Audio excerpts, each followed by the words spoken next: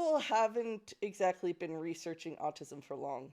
The term autism didn't even exist until the early 1900s. And it wasn't until the 1940s that people really started looking into it. Back then, only young boys were ever studied when it came to researching autism.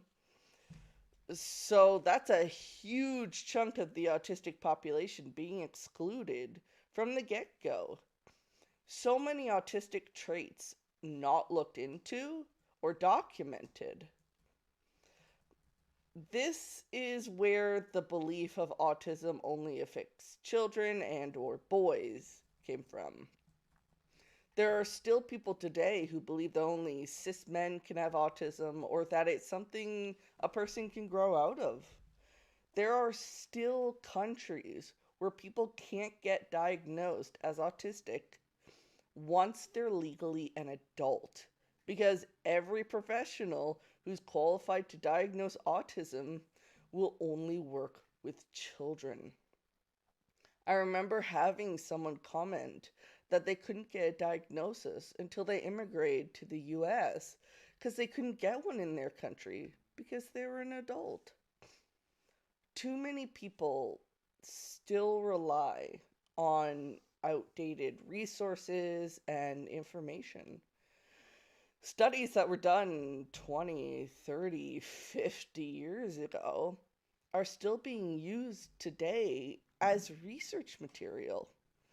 In studies that say autistics have no empathy or imagination, that no autistic person can maintain eye contact, and that we all have either really high IQs or really low IQs.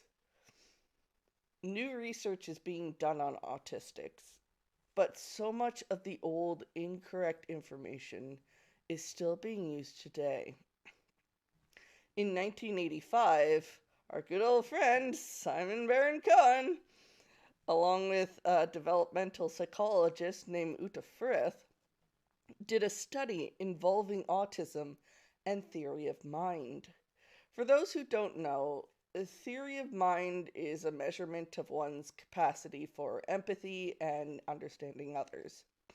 The study incorrectly determined that autistic people had a delay in developing theory of mind.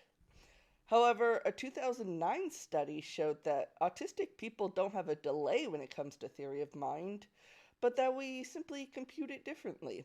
We have empathy and can understand others. We just do it differently. Problem is that so many people look to the 1985 study and ignore all of the new research. It doesn't help that the old study has the name Simon Baron-Cohen attached to it, and people respect that name when it comes to autism research, and they really shouldn't. I was being sarcastic. Simon Baron-Cohen is not our friend. Um, there's so much out there to debunk misinformation. Whether it comes from studies or autistics ourselves, but it gets ignored. I understand that some people refuse to look at any studies that'll contradict their current beliefs. I mean, that's why we have flat earthers. But the old, obsolete research seems to be held on by many people. I think the reason for this is because for so long, no one argued with these studies. The study done by Simon Baron-Cohen about autism and theory of mind wasn't challenged for over 20 years.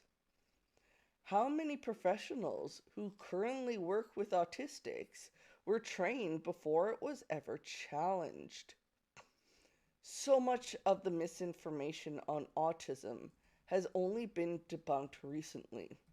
So many of the professionals who specialize in autism probably went to school when those incorrect studies were all they had to work with. And how many of the university professors today teaching the new generation of therapists, psychiatrists, were taught misinformation and refused to look at the new studies or listen to actual autistics. It takes a long time for misinformation to be erased by new and more accurate information. And this isn't just with autism.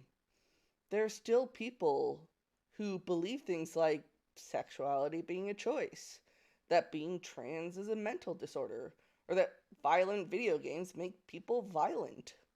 All of these things have been debunked, and less people believe them each year.